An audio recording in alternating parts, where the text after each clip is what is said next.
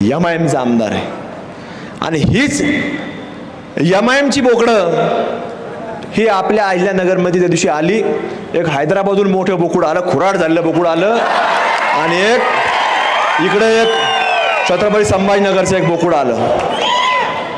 ते बोकड आता ते मला आवाज काढता येत नाही आणि मी काय प्रयत्न केला नाही त्या बोकड्याचा आवाज काढायचा. आणि ते आलं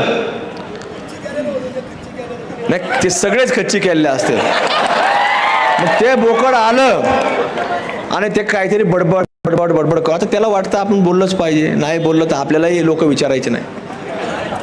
आता त्यांची भाषा बदलली. पूर्वी सांगायचे ते पूर्वी भाषणात 15 मिनिट पोलीस हटाओ फिर देखेंगे.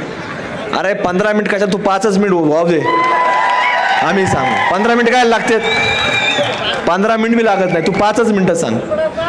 आम्ही काय भारतीय नागरिक आहोत, आम्ही काय मानतो, संविधान मानतो. आम्ही संविधान मानणारे लोक आहोत. त्याच्यामुळं तुम्ही आमची काय परीक्षा पाहायचं काम करत जाऊ नका. तिथं आले, त्या फरीद खानचा निषेध केला का? मग मला सांगा कुठल्या अधिकाराने ते सांगतात, तिथं बसतात, तिथे येतात आणि आपण लोक त्यांना काहीच बोलत नाही.